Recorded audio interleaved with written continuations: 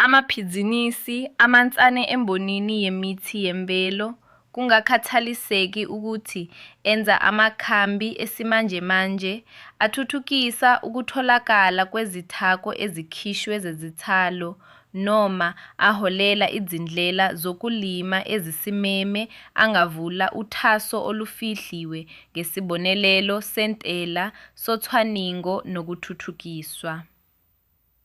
Lesi sikhuthazo siklomelisa ukukhamba izinto ezintsha, sohlanganisa izindleko kusukelela ekuhlolweni waselabhorethri kuya ekuhlolweni konuzinza kwezithako.